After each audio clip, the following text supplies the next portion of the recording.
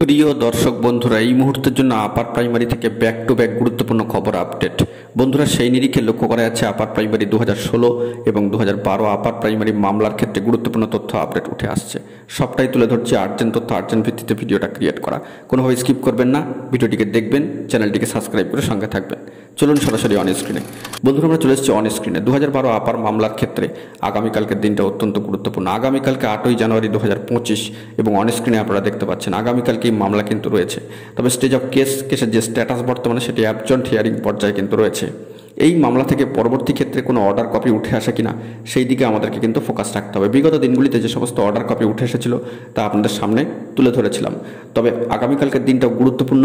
এই মামলার ক্ষেত্রে অ্যাবজন্ট হিয়ারিং স্টেজে থাকা এই মামলা আগামীকালকের জন্য নেক্সট হিয়ারিং ডেটে কিন্তু রয়েছে। সেই দিকে আমাদেরকে ফোকাস রাখতে হবে। যদি কোনো গুরুত্বপূর্ণ তথ্য আসে এবং অর্ডার কপি আপলোডেড হয়, সবটাই তুলে ধরবো।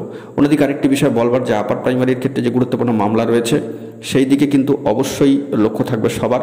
তবে দুশ্চিন্তা করার কোনো কারণ নেই। All Bengal upper primary teachers অ্যাসোসিয়েশনের তরফ থেকে এই বিষয়ে কিন্তু ইতিমধ্যেই বার্তা দেওয়া হয়েছে।